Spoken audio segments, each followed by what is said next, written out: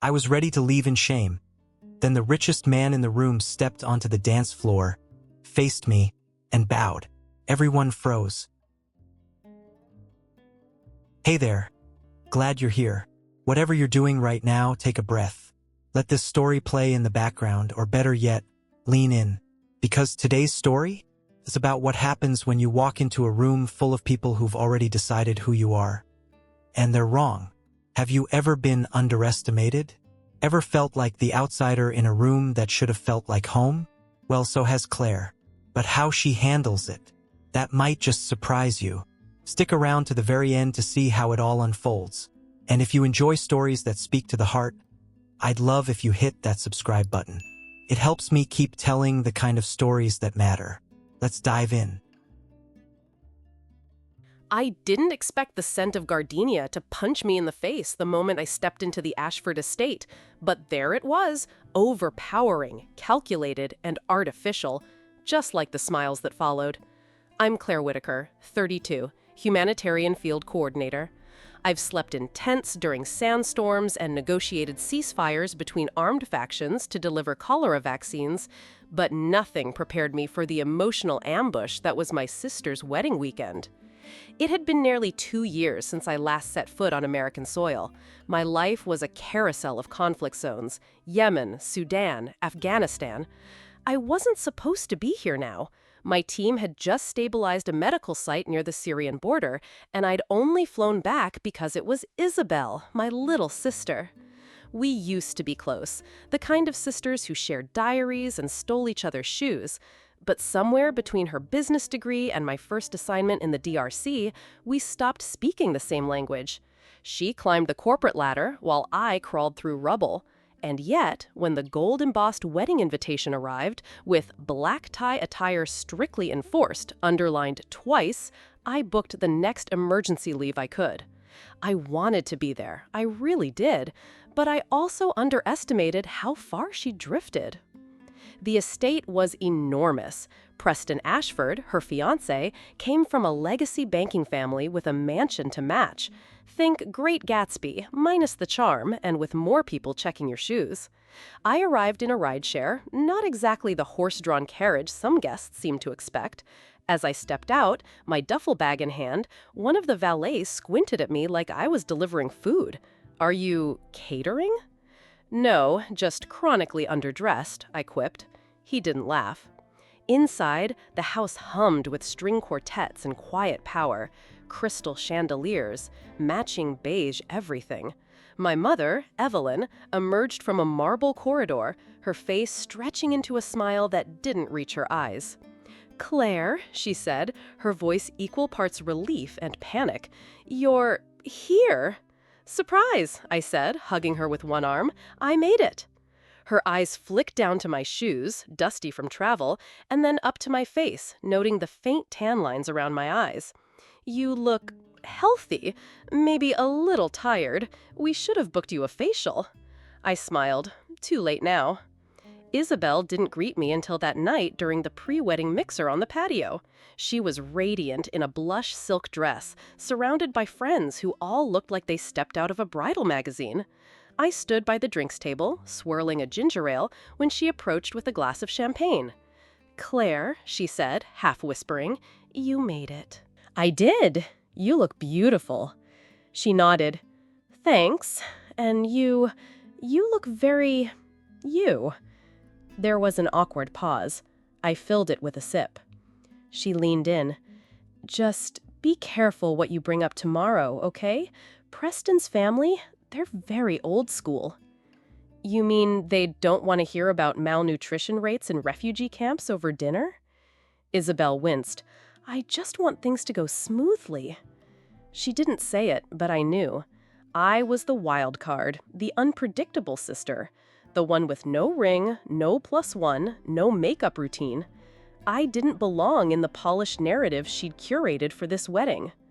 But I stayed, for her. That night, I stayed in the guest suite furthest from the main wing, next to the laundry room. My room had a view of the staff parking lot. I unpacked my navy blue dress, one of the only formal outfits I owned, and hung it on the back of the door. Practical, elegant, and with sleeves long enough to cover the scar on my forearm from when a roof collapsed in Aleppo. Before bed, I called my team lead, Javier, just to check in. "We're holding up," he said, "but the second water tank is down again. They'll need your brain soon." "I'll be back in 4 days, unless I get disinvited first." He laughed. "You sure this wedding is a good idea?" "No," I admitted, "but it's family."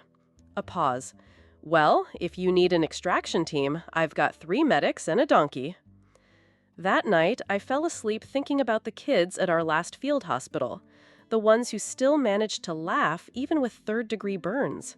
The ones who thought I was a doctor because I carried a clipboard and had clean hands.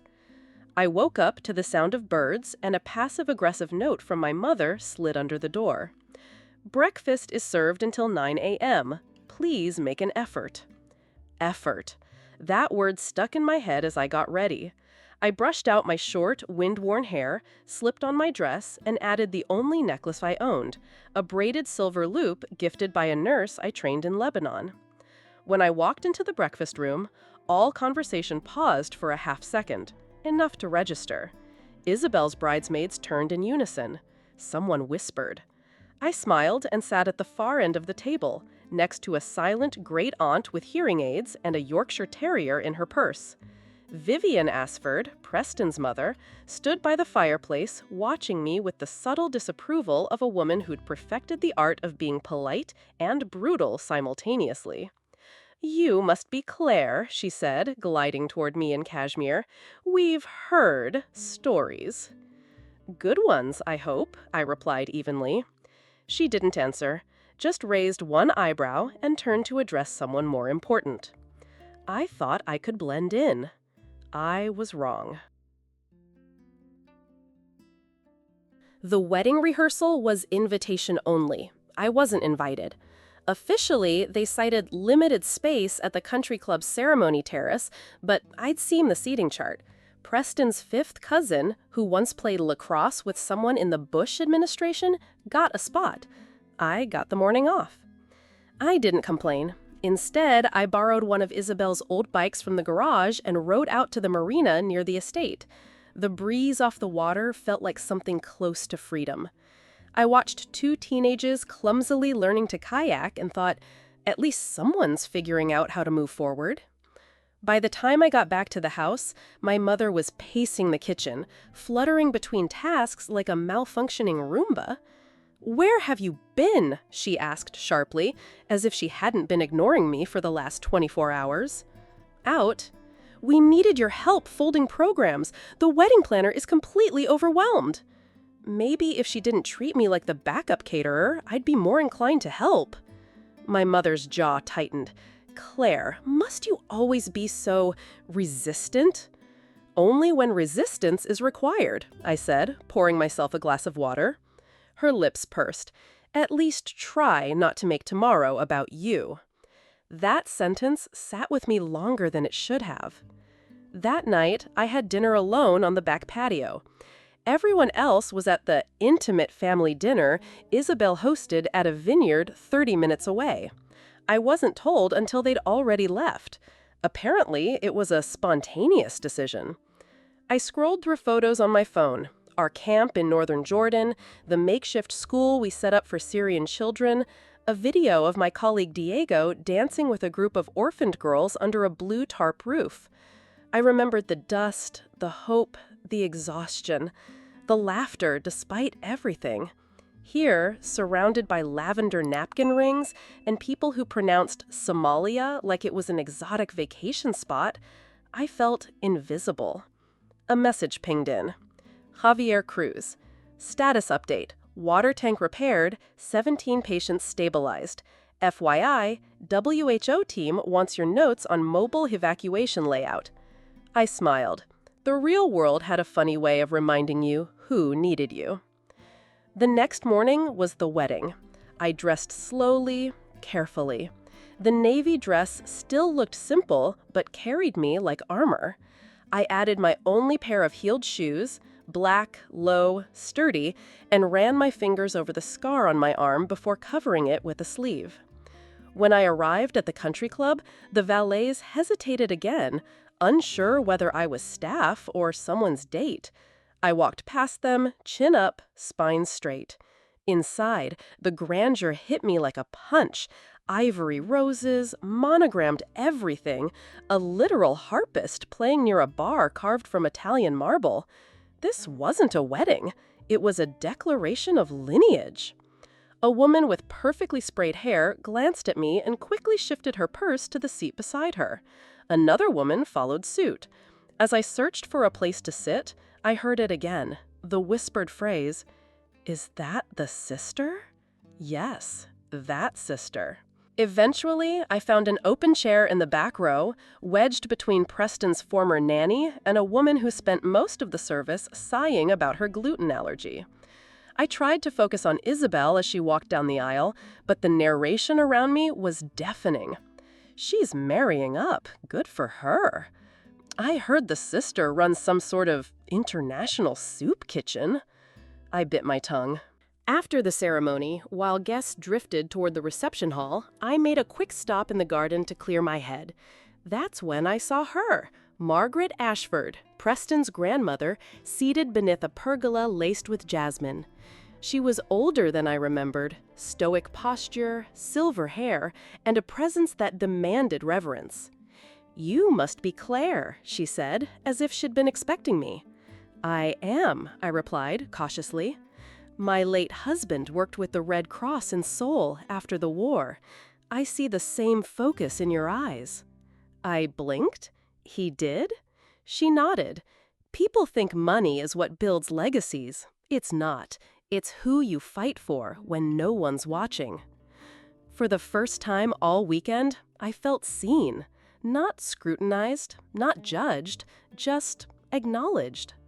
"Thank you," I said quietly. "You're not like the rest of them," she added, sipping her tea. "Don't let them make you think that's a flaw." I returned to the reception hall just as the seating assignments were posted. I scanned a list. My name, Claire Whitaker, misspelled as Claire Whitaker, was listed at table 18, far from family, tucked behind a floral pillar near the service entrance. At my table, the former gardener, a college roommate of Vivian's who wore orthopedic sandals, and a man no one seemed to know but claimed to be Preston's media consultant. I took my seat without a word. The music swelled, guests drank, the cake gleamed like a tower of porcelain. And then, because humiliation never arrives quietly, Chelsea Ashford stood with a microphone. "I have a surprise," she chirped. "Let's give a round of applause to Isabel's amazing sister, who flew all the way from, Africa?" The room clapped politely. "And guess what?" she continued. "Claire's here solo, but don't worry, we found her a date. Thomas, you lucky guy, come join her for a special dance." I felt my stomach drop. The spotlight swung. Laughter rose like steam from boiling water. My chair scraped back. I stood, not to dance, but to leave. But someone touched my elbow. "I wouldn't," a voice said, calm, steady. I turned. Ambassador Graham Ellison. Tall, weathered, the kind of man who wore his suit like a second skin. "You walk out now, you let them win," he said quietly. "Stay, observe, and when the moment comes, speak in a language they understand." I stared at him. "Who are you?" "Someone who's read your field reports," he said, eyes twinkling. "Baghlan Province, Operation Redway. Impressive maneuver under pressure."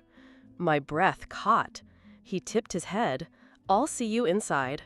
And just like that, he vanished into the crowd, leaving me speechless, but no longer invisible. I didn't return to table 18 right away. I needed to breathe. The reception hall, all glitter and gloss, had started to feel like a glass box I was slowly suffocating in. So instead, I wandered onto the wraparound terrace, where the music was softer and the conversations less orchestrated. A waiter offered me a flute of champagne. I took it, not for the bubbles, but for the prop. Something to hold when your hands are shaking. Below, the manicured lawn was lit up like a movie set. There were LED lights under the trees, an ice sculpture shaped like Preston's family crest, and a string quartet now being upstaged by a saxophonist on the back lawn. Everything screamed perfection. Everything but me. I sipped slowly and exhaled, letting my eyes scan the crowd, until I heard it, the unmistakable sound of my name. Claire Whitaker. She's, what, like a medic in the Middle East? A woman's voice, just out of view. No, not even. She coordinates things. Probably just fills out spreadsheets about sand, another voice laughed. I recognize that one. Lindsay, one of Isabel's bridesmaids. Sorority polite, high heel sharp. The kind of girl who thought social activism was reposting a black square on Instagram once a year. Apparently, she hasn't dated in years, someone else chimed in, but she does own a dog, so progress. More laughter. I turned toward the wall of conversation and froze. They were standing maybe 10 feet away, near the cake table, clustered in pastels and pearls. Their faces were flawless, their cruelty effortless. I didn't move, I just listened. I mean, Brooke said, adjusting her strapless dress, no offense, but she kinda looks like she just landed from a refugee camp. That dress? Those shoes? Honey. I blinked slowly. Funny how the things that don't matter, fabric, heel height, contouring, can cut the deepest when they're wielded by people who know exactly where your insecurities live. My chest tightened. I turned, ready to disappear again. But as I pivoted, I came face to face with Dr. Noah Sterling. Late 30s, neat beard, sleeves rolled just enough to hint at fieldwork. His badge still clipped discreetly to his belt, UN Medical Advisory Team. I was hoping I'd find you, he said, offering a small smile. I straightened. Sorry, just needed air. He nodded. Social oxygen is in short supply tonight. We stood there for a moment, silent but not awkward, like two people fluent in a dialect no one else in the room could hear. I read your work on mobile triage design, he said finally. You're Claire Whitaker, right? IRA's Northern Coordinator? I blinked. I am. Your field notes from Mosul helped us overhaul our logistics in Dnipro last spring. You saved us weeks. No one had ever said that to me at a wedding before. I'm surprised you've even seen those, I said. People who matter have. He handed me a folded slip of paper. I opened it to find coordinates, a time, and a short note. Private morning briefing, refugee movement update, would value your input. Richard said you might be interested, he added. I looked at him carefully.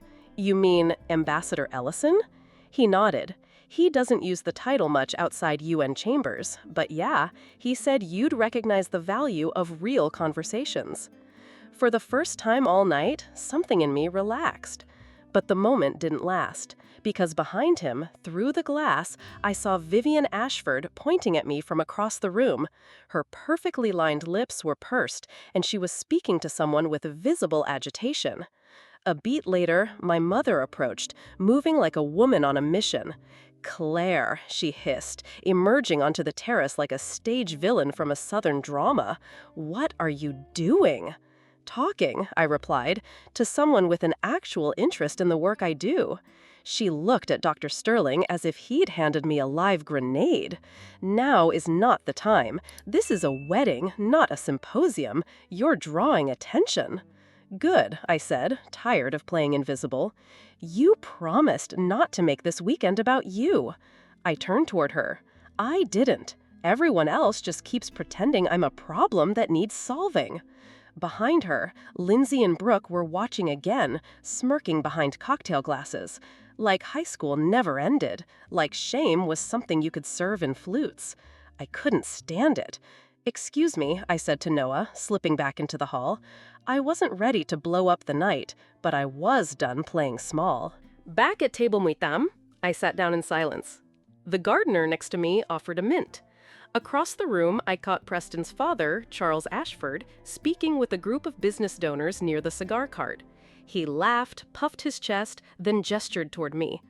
I couldn't hear what he said, but I could read lips well enough to catch. The older sister, humanitarian something, never married, works in war zones. A bit much, but good PR, I suppose. It was like I'd become an accessory, an exotic flair to the family's legacy brand. Claire Whitaker, rugged cousin to refinement. Later, during dinner, Chelsea struck again. She rose from the table, glass in hand, and tapped it with a butter knife.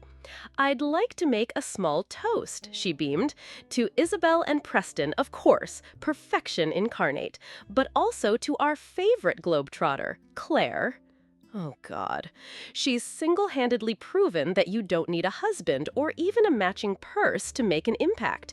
Even if no one's quite sure what she does, we know it involves bravery, passion, and cargo pants. Laughter rippled through the room. I didn't smile. "And if nothing else," she added, raising her glass, "we all aspire to be that confident in orthopedic heels." More laughter. I stared at my plate, hands clenched in my lap. To them, I wasn't a woman with a purpose. I was a caricature of a woman who'd failed to meet expectations, a punchline with a resume. And yet, I didn't stand up. I didn't storm out, because I'd learned something in the field. You don't give up ground just because it gets hostile. You wait, you endure, you look for the moment to take it back. And it was coming. I could feel it. After Chelsea's speech, the ballroom fell into a rhythm I couldn't hear. Laughter buzzed around me like static. Forks clinked on porcelain, glasses were raised and drained, but I heard none of it. All I could focus on was the dull roar in my ears, the kind you get right before you black out, only I wasn't losing consciousness. I was losing patience. My mother caught my eye from across the room, her lips tight in a strange smile that begged, "Please don't cause a scene." Too late. Even when I was silent, my presence was an offense. My body, my choices, my very existence in this room that worshipped conformity, it all stood in stark relief. And after the $20,000 flower arrangements and the string quartet playing Coldplay in Baroque style, apparently the most jarring thing was still me. I pushed back my chair, quietly, deliberately. I walked past tables of silk and sequins, nodding politely at guests who suddenly found their desserts fascinating. I didn't have a plan. I just needed air. The terrace was mercifully empty this time. I gripped the cold iron railing, willing myself not to cry. My phone buzzed again. Javier Cruz. Team 3 in Lebanon reports field camp at 60% capacity. Emergency protocols holding. Patel asked if you'll review supply chains when you land. I stared at the message, breathing it in like oxygen. This is who I am. Not the punchline at someone's gala, not the black sheep in someone else's fairy tale. I pulled out a pack of gum, my one nervous habit, and leaned into the darkness. I could hear the laughter still trailing from the ballroom, muffled but ever present, like an echo of doubt that never quite leaves. Then, from behind me, "You're holding it together impressively well." I turned. Ambassador Graham Ellison stood there, holding 2 glasses of water. He offered me one. "Thanks," I muttered, "but I'm running low on grace." He chuckled softly. "Understandable." We stood in silence for a beat before he said, "You're doing more than you realize." "I don't need validation," I replied. "Then you're rare," he said, "but you do need truth." He stepped closer, lowering his voice. "I've followed your work for 3 years. Baghlan Province, Mosul, Darfur, your field evacuation report from April, it's now standard reading for incoming peacekeepers in half a dozen regions. Your name has weight, Claire, even if no one in that room knows it yet." I blinked, processing. "Why tell me this now?" He smiled. "Because sometimes power needs a stage." And with that, he turned and walked back into the ballroom, through the double doors, into the gold-lit spectacle of designer gowns and curated civility. Seconds later, the music stopped. A voice boomed from the DJ's mic, unfamiliar but clear. "Ladies and gentlemen, if I may borrow a moment of your time." I froze. What is he doing? Inside, heads turned, laughter quieted, chairs shifted, and then I heard it. "My name is Graham Ellison. Some of you may know me as Preston's great uncle. Most of you don't know me at all. That's fine. I tend to operate better in the shadows. But today, I've stepped forward for a reason." I re-entered the room, hesitant. Eyes darted toward me, and then toward him, center stage, tall, composed, voice steady. "I work with the United Nations as a special envoy for refugee affairs," he continued. "Over the past decade, I've met countless individuals risking everything to make the world a little less cruel. Few have impressed me as deeply as the woman I'm about to speak of." Whispers rippled, necklines turned. I froze in place. It couldn't be. Some of you know her as Samantha's older sister, Claire Whitaker. A spotlight found me. My spine locked. "She arrived at this wedding alone," he continued, "but she has never truly been alone, because behind her stands an entire legacy of service, resilience, and lives saved. In April of this year, during an artillery offensive in northern Afghanistan, Claire led a field team that evacuated over 600 civilians under active fire. No casualties, no losses, just courage and brilliance and grit." The room was dead silent. I read that report the day after my son, then stationed at a nearby consulate, was successfully extracted from the same corridor she opened. He's alive today because of the systems she put in place. My heart beat so hard it shook my chest. In rooms like this, we often mistake wealth for worth. We decorate status and ignore substance, but not today. And then he turned to face me and bowed, a full, dignified, respectful bow. I couldn't breathe. The silence cracked, first with a gasp, then with applause, real applause. Hands met palms, heads turned. People I hadn't spoken to all evening were now watching me like I'd stepped out of a myth. Margaret Ashford, Preston's grandmother, rose first, clapping proudly. My father followed, stunned but moved. Even Isabel stood, eyes wide, lips trembling with something between admiration and shame. I stood there, motionless, not out of shock, but because for the first time in my life, they saw me. Not the messy hair, not the plain dress, not the absence of a ring. They saw what I'd built, what I'd bled for, who I actually was. When the applause finally died down, Graham returned the mic and walked over. "I hope I haven't embarrassed you," he said quietly. "Only a little," I whispered, blinking back tears, "but I think it was worth it." "Good, because a few colleagues are here tonight, diplomats, medical coordinators. We're forming a new advisory group. I'd like you involved." He handed me a card. It was simple, clean, embossed with a symbol I'd seen before, UNCR. "Think about it," he said. And then he vanished into the crowd once more, leaving me standing in the middle of the ballroom, not as the sister who didn't fit in, but as the woman the world had finally seen. Recognition is a strange thing. It arrives suddenly, like a beam of sunlight breaking through a long, overcast sky. Warm, stunning, a little blinding. But the warmth fades fast, and what it leaves behind is attention. The applause still echoed in my chest as I stepped away from the spotlight. But now, everyone wanted to talk to me, shake my hand, ask questions they hadn't cared to ask 20 minutes earlier. I was no longer invisible. Now I was useful. Within seconds, I was surrounded. Vivian Ashford, the same woman who'd once subtly compared my dress to a travel uniform, was now clutching my elbow like we were old friends. "Claire, darling," she purred, "I had no idea the scope of your work. Simply astonishing. You must consider speaking at the Ashford Foundation's gala next month. It would be so inspiring." I smiled, the kind of smile you reserve for political candidates and airplane seatmates. "Thank you, Vivian. Please forward inquiries through my team."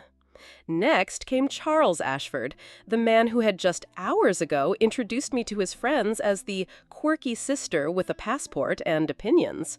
He shook my hand too firmly and added, "You know, humanitarian logistics and private sector operations aren't as far apart as people think. We should grab coffee next week, talk synergies." I resisted the urge to laugh. "Sure, Charles, my scheduling assistant can coordinate." He nodded like I'd handed him a key to the city. A few feet away, Chelsea Ashford stood frozen, still holding the microphone she'd weaponized earlier. Her mouth was slightly open. I caught her eye. She looked gutted, not by guilt, but by the fact that her social order had collapsed and she hadn't gotten the memo in time. She approached slowly. "Claire," she said, her voice softer, as if tone alone could reverse her track record. "I just wanted to say, your story's incredible. If I had known, I never would have." I held up a hand. "Chelsea," I said calmly, "the problem wasn't that you didn't know what I did. The problem was that you assumed it didn't matter." She blinked, thrown off. "I was just trying to include you." "No," I corrected gently, "you were trying to establish social rank, and you didn't think I belonged on the same tier. It's okay. You don't have to apologize for not knowing, but don't pretend now." Her expression froze, a glossy mask cracking at the edges. I didn't hate her. I just didn't need her anymore. While others continued to orbit me like moths to a flame, I made my way to the cake table, finally spotting Isabel. She was standing next to Preston, but her eyes were fixed on me. Her cheeks were flushed, and I couldn't tell if it was from the champagne or something deeper, something like realization. She excused herself and walked toward me. "Claire," she said, "can we talk?" "Of course." We found a quiet corner near the floral arch where guests were posing for photos. The music had picked up again, soft jazz now, like the ballroom was pretending none of it had happened. Isabel touched my arm. "I had no idea," she whispered. "Why didn't you ever tell me?" "Tell you what?" "All of it. The evacuations, the reports, the UN, the recognition."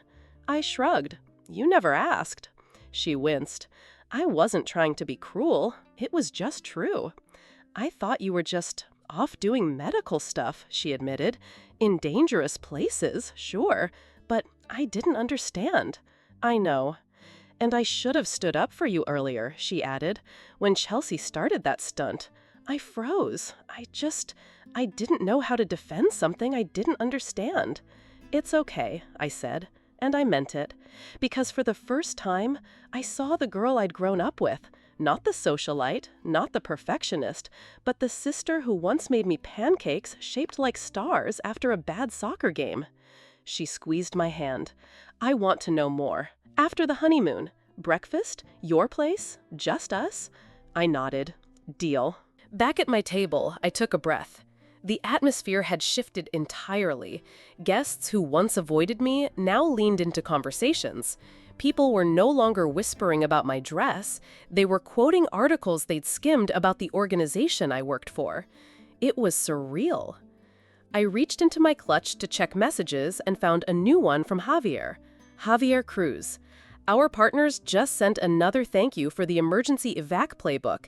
Said your template shaved off 10 hours of deployment time. Oh, and UNHRC just emailed. Looks like your name's trending in a few interagency Slack threads. Nice work, boss." I smiled, the kind that comes from bone-deep validation, not borrowed admiration. As I rose to get another drink, Dr. Noah Sterling appeared. "Quite the speech," he said, grinning. "You okay?" "Still processing," I replied. "Is this what being visible feels like?" He chuckled. "It comes with a strange echo, doesn't it?" We stood side by side, no pressure, no performative small talk. He didn't try to flatter me, just stood in the same calm silence that had defined the best partnerships I'd ever had in the field. "I meant what I said earlier," he said. "The UN's new evac strategy hub? We need someone who knows the work, not just the theory." "And Richard? He's not offering charity. He's offering reach." I looked at Noah, studying his face. Not just a colleague now, but possibly an ally, maybe more. He understood both the weight and the lightness of what we did, the absurdity and the urgency. "I'll think about it," I said. "I hope you do." When I returned to the dance floor, yes, I danced, alone at first, arms loose, heart light, I caught Robert Ashford watching from the bar. He approached awkwardly, a drink in hand. "Claire," he said with a thin smile, "impressive night." "Unexpected," I said. He hesitated. "We'd love to support your organization. I have some contacts in logistics. We should talk." I pulled a card from my clutch and handed it over. "Reach out to our partnerships team." He seemed startled. "Not you directly?" "No," I said with a smile. "They handle all inquiries." And with that, I excused myself. By the time the night ended, I was standing near the exit, watching Isabel and Preston dance their final song.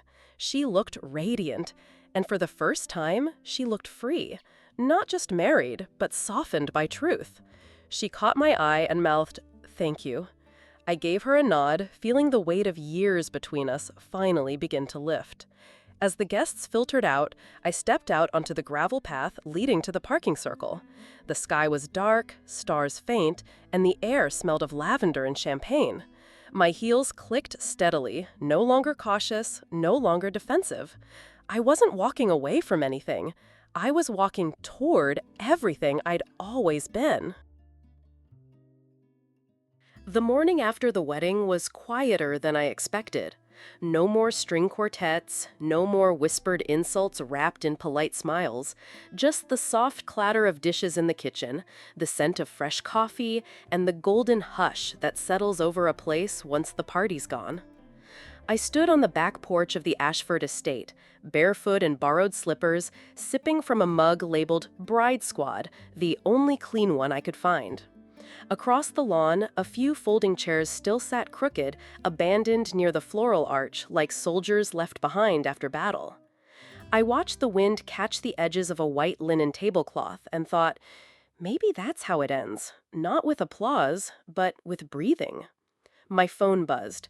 Samantha Whitaker. "I'm up. Can I come find you? I brought real croissants." A minute later, Isabel padded onto the porch in sweats and sunglasses, holding a paper bag and 2 to-go cups. "I had a hangover dream that you were a UN hero," she said, settling beside me. "Not a dream," I replied, taking a croissant. She was quiet for a beat. "I Googled you this morning," she confessed. "Claire Whitaker, International Relief Alliance. I read 3 op-eds, 2 translated news reports, and something that made me cry." I smiled faintly. "Which part?" "The one where you carried a child 2 miles during a sandstorm because the ambulance couldn't reach your camp." "That one was real." "I know," she said softly, "and I'm sorry, not just for yesterday, but for all the years I made you feel like you had to shrink." I looked at her. "You didn't mean to," I said. "You just didn't know better." "Now I do," she said, "and I want in." I raised an eyebrow. "Not field work," she laughed. "Let's not get carried away. But I could help on the fundraising side. Gala stuff, PR. You need someone who speaks fluent donor." It was such a her thing to say, and yet, this time, it didn't sting. "Let's talk when you're back from Bali," I said. "You're on," she grinned.